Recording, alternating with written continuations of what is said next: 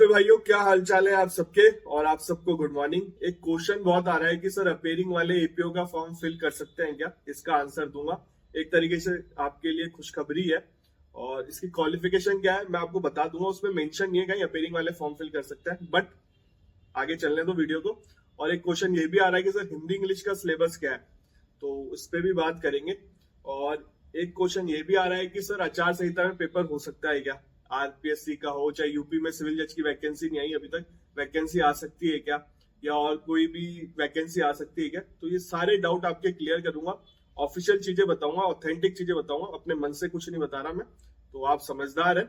और अपेयरिंग वाले form fill कर सकते हैं ऐसे सुनने में आ रहा है, उसमें ऑप्शन आ रहा है अपेयरिंग का। वैसे सबसे पहले इसकी क्वालिफिकेशन की बात करते हैं। देखो क्वालिफिकेशन में क्या है, उसमें कहीं मेंशन नहीं है, आप ये देख सकते हो। ये आरपीएससी का नोटिफिकेशन है जो एपीओ की वैकेंसी आई है। 181 वैकेंसी आ रखी है। अगर आपको अभी तक नहीं पता, अगर आपको पता चल रहा है, अभी फॉर्म स्टार्ट हो चुके हैं और फीस भी नहीं लग रही। सबसे बड़ी बात, फीस भी नहीं लग रही। जिन्होंने जेएलओ का फॉर्म भरा था और उस टाइम रजिस्ट्रेशन करवाया था, उस टाइम की गवर्नमेंट थी, लास्ट टाइम कांग्रेस सरकार थी, उन्होंने बजट में बोला था कि एक बार ही रजिस्ट्रेशन होगा। आरपीएससी के जो भी एग्जाम होंगे उससे फीस नहीं लगेंगे, वन टाइम रजिस्ट्रेशन हो रहा है। तो जेएलओ के टाइम पे आपने करा लिया होगा, अब आपकी कोई फीस नहीं लग रही। तो आपको मैं यही सलाह दूंगा, अपने आप फॉर्म ना भरे, खुद जाके, मतलब कुछ गड़बड़ हो जाएगी तो दिक्कत है। तो ऑनलाइन कहीं जाके भरवा लो, जैसे ई मित्र होते हैं या कोई फॉर्म भरने वाली होते हैं ना, ये दुकान शॉप, उनको सारी नॉलेज होती है।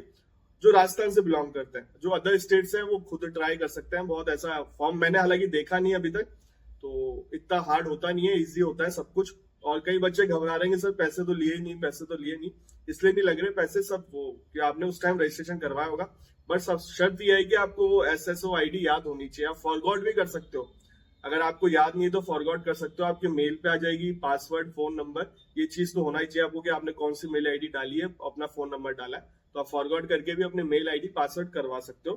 तो फीस नहीं लग रही, फॉर्म तो आप फिल करना। पेपर दो या ना दो, अदर स्टेट के बच्चों के लिए बोल रहा हूँ मैं।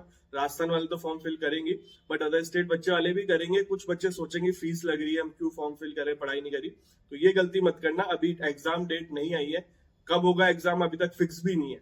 ठीक है, अपन सबसे पहले बात कर लेते हैं इसकी क्वालिफिकेशन की। ये फोटो देखो आप, इसमें लिखा हुआ है डिग्री इन लॉ होनी चाहिए, चाहे 3 साल वाली हो चाहे 5 साल वाली हो।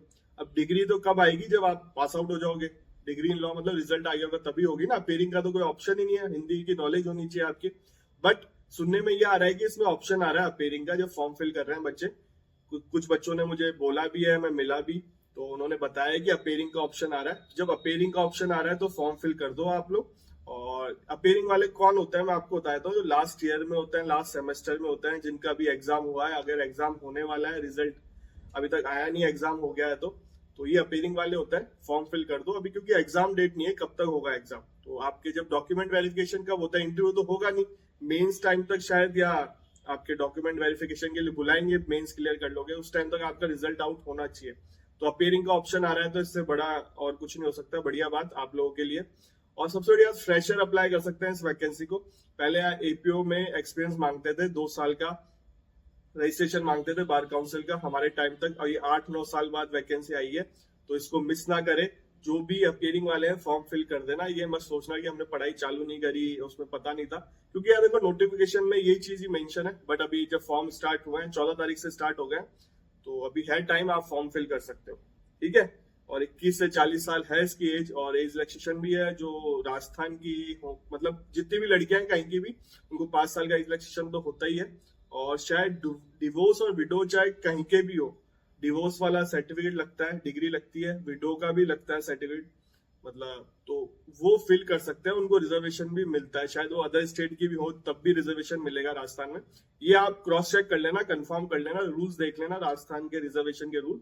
पर जितना मुझे आइडिया है वो मैं आपको बता रहा हूँ, क्योंकि इससे रिलेटेड भी क्वेश्चन आया था मेरे पास। ठीक है।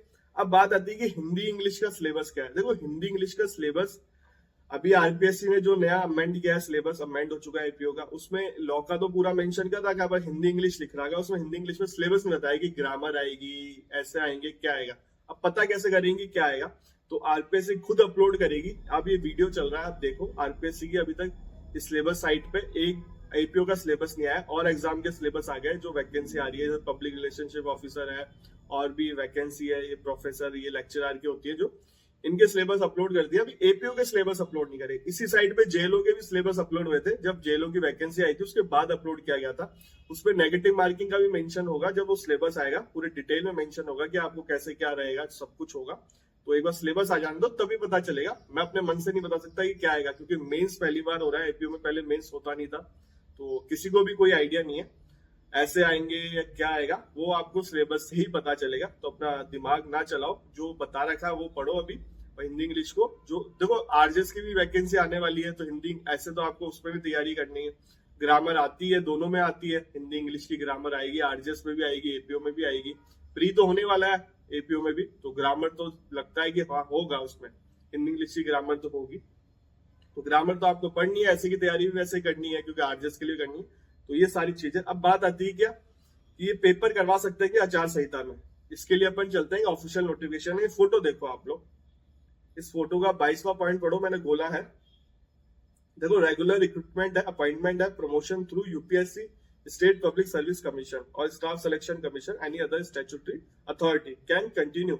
लिखा हुआ है साफ साफ, recruitment through non statutory body will require, मतलब आपको परमिशन लेनी पड़ेगी कमीशन से। बस ये प्रमोशन भी हो सकता है, अपॉइंटमेंट भी होता है, रिक्रूटमेंट प्रोसेस भी चल सकता है, और अगर इलेक्शन कमीशन परमिशन दे देगा तो सारी चीजें हो सकती है। क्योंकि अभी कई सारी वैकेंसी अटकी हुई है, यूके की, मतलब उत्तराखंड की एपीओ की वैकेंसी भी है, यूपी में भी वैकेंसी आने वाली है। तो अगर इलेक्शन कमीशन परमिशन दे देगा तो आपको ही वैकेंसी देखने को मिलेगी। ये पॉइंट से क्लियर होता है कि वैकेंसी आचार संहिता में भी आ सकती है, आचार संहिता में पेपर भी हो सकता है। तो आप अपनी पढ़ाई को मत छोड़ना, कंटिन्यू रखना सारी चीज।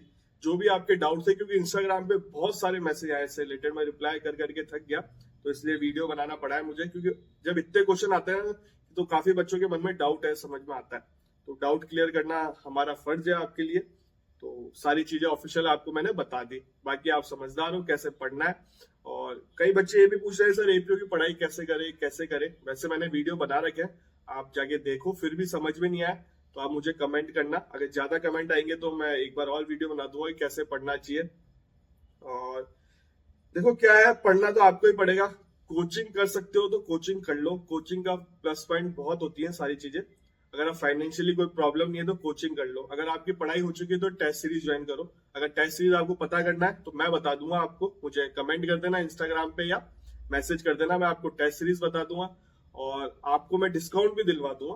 तो अगर आपको खुद की इच्छा है, मैं ये नहीं कह रहा कि प्रमोशन तो है नहीं, कोई है जानकार वो करा रहे हैं, काफी सही संस्था भी है, मेहनती बच्चे हैं, सब एनएलयू से पास आउट है।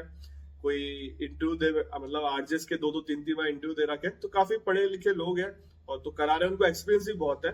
कोई सारे एनएलयू की फैकल्टी है, मतलब एनएलयू के हैं सारे। तो अगर आपको कुछ मतलब टेस्ट सीरीज ज्वाइन करनी हो एपीओ की, आरजेएस की, तो मुझे बता देना, कमेंट कर देना या इंस्टाग्राम पे मैसेज कर देना, मैं आपको लिंक बता दूंगा।